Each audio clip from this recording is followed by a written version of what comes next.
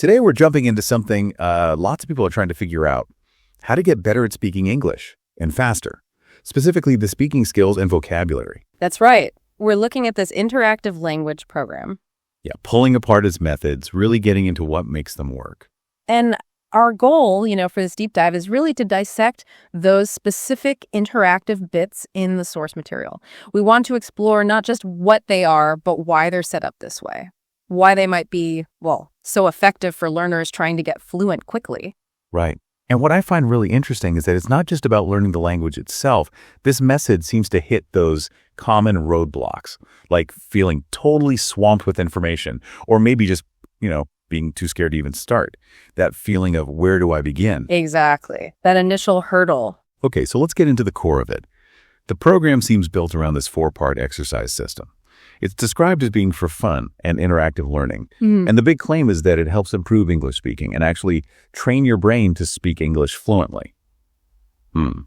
So what makes a structured system like this potentially better for faster fluency compared to other methods? Well, that's a really good point because this structured approach, it feels like it taps into managing how much your brain can handle at once, cognitive load, basically. It breaks down this huge task learning a language into smaller, more manageable pieces. Okay. And doing it systematically like that, reducing the overwhelm, that's really key for building confidence, right? Building momentum instead of just feeling lost. Like building blocks. Exactly. Building a solid foundation step by step. So the first part of this system focuses on listening practice. You listen to a conversation native speakers talking. But the specific instruction, which I thought was interesting, is to focus on the meaning. Like above everything else, the idea is this helps you understand real-life conversations better. How does just focusing on meaning speed things up compared to, say, just listening passively? Well, when you zero in on the meaning instead of getting tangled up in every single word, you're basically training your brain to spot patterns, to use context. Which is really how native speakers operate, isn't it? It's less about single words, more about the overall message. So it helps you build this sort of holistic understanding, which you absolutely need for actual conversations, in real time, more than just knowing grammar rules. That makes sense. And they give us a good example of conversation in the source with Anna and Ben. Anna kicks it off saying, "Hey, Ben, I want to try something new, but I don't know what to do." And she's stuck. Right? Between learning guitar or taking up painting, she says both are great, but can't choose because she likes both. Yeah. And Anna's hesitation there. She mentions being a bit scared about the guitar. That feels so real, doesn't it? Oh, absolutely. Very relatable. It's like that barrier we all hit when facing something unfamiliar. It totally is. It makes me think of that idea of analysis paralysis, where having too many choices or just being afraid of failing stops you from doing anything. Right. And that's exactly where Ben steps in with the encouragement. He tells her, don't be scared. Just go for it. You'll never know until you try. That bit of dialogue really shows how important it is to just push past that fear, take that first step, whatever you're learning. Exactly. And she listens. Anna decides, okay, take one class and see how it goes. Simple first step. And Ben even backs her up, saying if she doesn't like it, she can try painting later. Takes the pressure off. Totally. Makes that first move feel less daunting. So, okay, that's the listening part. Building understanding and maybe a bit of courage. But you need words to actually talk. Right. Which brings us to the next bit, vocabulary. So here they introduce new words from that conversation. They explain them, give example sentences. The goal is to help you grasp their meaning easily. What's special about how they present the vocabulary in this system? Why is that important for actually remembering and using the words? Well, the big thing is context. It's contextual learning. So instead of just lists of words to memorize, you get the words straight from the conversation you just heard. You immediately see how they're used. Okay, so it's practical right away. Exactly. Yeah. Like they might highlight art definition, making things like paintings, drawings, or sculptures. Example, my sister enjoys doing art at school. Straightforward. Or that phrase, it's up to you. Defined as you can choose. You decide what to do. Example, you can watch a movie or read a book. It's up to you. Seeing words used naturally like that, it helps build a more intuitive grasp. And that sticks much better for actual speaking than just memorizing definitions alone. And then there's that great phrase from Ben's advice, just go for it. Meaning, try it. Don't be scared. The example they give is, you want to sing? Just go for it. Love that. Yeah, it's very direct. Now, speaking of making things stick, the source gives some really important advice here. It says, Repetition is very important to become fluent in English. So watch this video many times. Try to answer the questions out loud, and you will improve your speaking skills quickly. How does that focus on repetition really cement the new words and build confidence? Well, it connects directly to effective learning strategies like spaced repetition and active recall.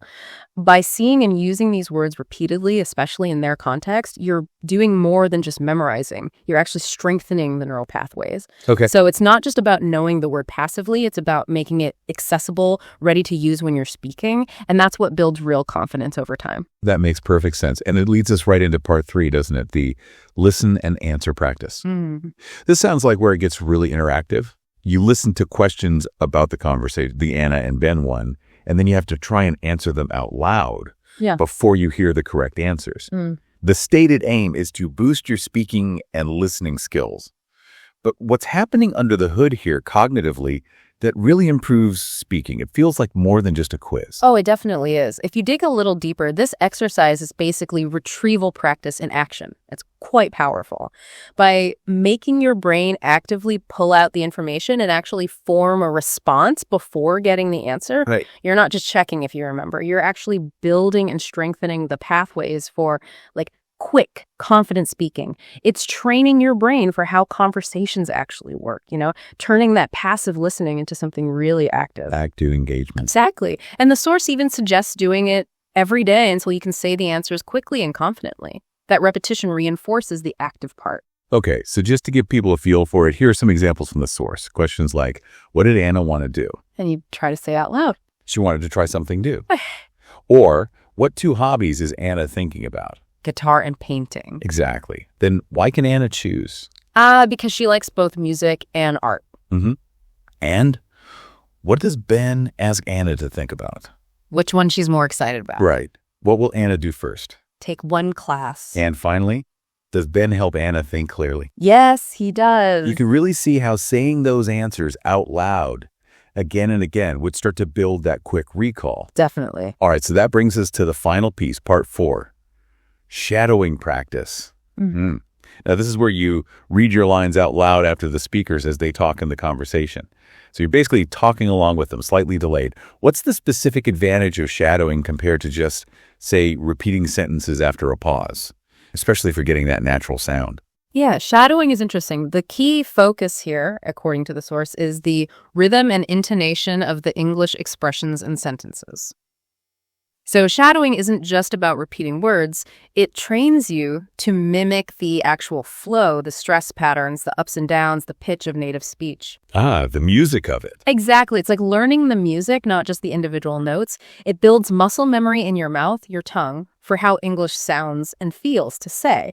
And that directly sharpens your pronunciation and overall speaking abilities, as the source puts it. Right, and they give specific lines to shadow, like when Anna says, hey, Ben, I want to try something new, but I don't know what to do. Or Ben's line, don't be scared, just go for it. You'll never know until you try.